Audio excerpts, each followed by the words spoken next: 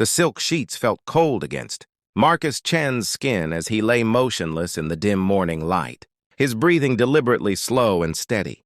For a man who commanded boardrooms and moved markets with a single word, this quiet deception felt strangely vulnerable, yet something had been nagging at him for weeks, a growing curiosity about the woman who moved through his penthouse like a ghost, asking for nothing, saying even less. Marcus Chen hadn't built a billion-dollar empire by trusting easily. At 42, he'd learned that people wanted something from him, always. Business partners smiled while calculating their cut. Charity galas paraded suffering like merchandise. Even his ex-wife had seen dollar signs where love should have been. So when his longtime housekeeper retired and the agency sent Maria Rodriguez as her replacement, Marcus had braced himself for the inevitable, the requests, the boundary pushing, the eventual disappointment. But 6 months had passed and Maria remained an enigma. She arrived each morning at 6, let herself in with barely a sound, and worked through his sprawling apartment with an efficiency that bordered on invisible. She never asked questions, never lingered in rooms where he was working, never once mentioned his wealth or the magazine, covers that occasionally featured his face. In a world where everyone wanted a piece of him, Maria seemed to want nothing at all. It was this very indifference that sparked his curiosity, then his suspicion, and finally, this morning's test. Marcus had canceled his early meetings and positioned himself in bed, feigning sleep. He wanted to see what Maria did when she thought no one was watching. Did she rifle through drawers? Photograph his belongings? Perhaps she was playing a long game, building trust before making her move. His lawyer had warned him about such things. Through barely opened eyelids, Marcus watched as Maria entered his bedroom. She moved with practiced quiet, her cleaning caddy held carefully to avoid any rattling. She was small, probably in her mid-50s, with threads of silver running through her black hair that she always wore in a simple bun.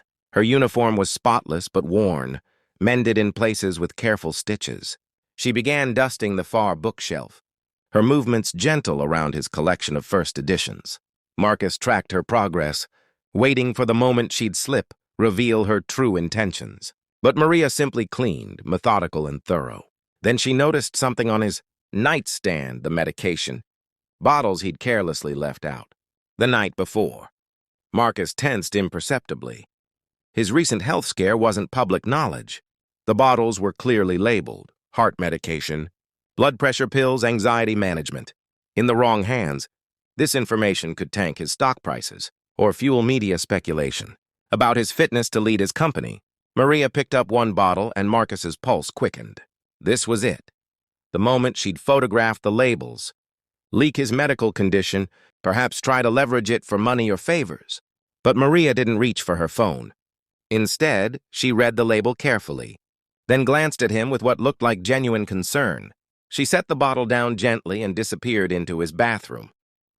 Marcus heard water running.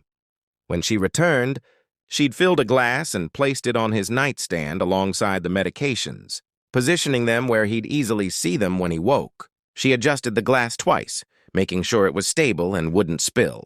Then she did something that made Marcus's breath catch in his throat. From her pocket, Maria pulled out a small, worn notebook, the kind that cost maybe $1 at a drugstore. She wrote something, tore out the page, and placed it beside the water glass. Marcus couldn't read it from his position, but he watched as she folded it carefully, propping it against the glass so it would be visible. She stood there for a moment, looking at him with an expression he couldn't quite decipher. There was worry there, but also something deeper, a kindness that seemed to ask for nothing in return. Then she crossed herself quickly, whispered something he couldn't hear, and returned to her cleaning. For the next hour, Marcus maintained his charade, but his mind was racing. He watched as Maria cleaned his home with the same care she might give her own, straightening books, adjusting curtains to let in just enough light, even watering a plant he'd forgotten he owned. She found a shirt he'd tossed over a chair, one with a button hanging by a thread. Instead of leaving it, she sat down for a few minutes and stitched it properly, her fingers moving with muscle memory born from years of mending. When she finally left, Marcus waited several minutes before sitting up. His hands trembled slightly as he reached for the note Maria had left. The handwriting was simple but careful. the English slightly imperfect but clear in its sincerity. "Mr. Chen, I notice you forget your medicine sometimes. Please remember to take it. Your health is important. My mother had heart problems. She forgot her pills one day. I wish someone had reminded her. I pray you stay healthy. You work too hard. God bless you, Maria." Something cracked inside Marcus's chest, not his damaged heart, but something deeper that he'd thought long, calcified by years of betrayal and transactional relationships. His vision blurred as tears he hadn't cried in decades began to fall. This woman, who earned maybe $300 a week cleaning his home, who probably rode 2 buses to get here, who wore mended clothes and used a dollar notebook. She was worried about him. Not about what she could get from him, but about him. She'd lost her mother, carried that pain, and still had enough room in her heart to care about a billionaire stranger who'd never even properly spoken to her. Marcus looked around his penthouse. $20 million of real estate, filled with things that suddenly felt obscenely empty. He'd been testing Maria's integrity while she'd been quietly demonstrating it every single day. She'd sewn his button, watered his dying plant, positioned his medication, and prayed for his health, all without expecting recognition or reward. For the first time in years, Marcus saw his life with brutal clarity. He'd been so busy protecting his wealth that he'd become poor in the only currency that mattered. Maria, with her worn shoes and mended uniform, was richer than he'd ever been because she'd held on to something he'd lost, the simple, profound ability to care about another human being without calculation. Marcus wiped his eyes and reached for his phone. His assistant answered on the first ring. "Cancel everything today," Marcus said, his voice rough. Everything. When Maria arrived the next morning, she found Marcus waiting in the kitchen, something that had never happened before. She startled, nearly dropping her caddy. "Mr. Chen! I'm sorry, I thought you'd be at work." "Maria, please sit down." Marcus gestured to the kitchen table where he'd set out coffee and pastries from the bakery he'd learned was near her bus stop. She looked terrified, and Marcus's heart ached, realizing she thought she was being fired. "Maria, you're not in trouble. I need to thank you." "Thank me?" Confusion crossed her face. "For the note. For caring. For seeing me as a person instead of a paycheck." His voice cracked. "I was testing you yesterday, pretending to sleep. And you—" He couldn't finish. Understanding and hurt flickered across Maria's features. "You thought I would steal? I thought everyone eventually wanted something from me. I was wrong. I'm sorry." Maria was quiet for a long moment, her hands folded in her lap. When she spoke, her voice was gentle. "Mr. Chen, I clean many homes. Rich people, poor people, doesn't matter. Loneliness looks the same everywhere. I see your big apartment, your expensive things, but I also see you work until midnight, eat dinner alone, never have visitors. Money doesn't cure lonely." She paused. "My mother used to say, the heart is a house. Fill it with things, it stays empty. Fill it with people, and even poverty feels rich." The simple wisdom broke something open in Marcus. They talked for 3 hours that morning, really talked.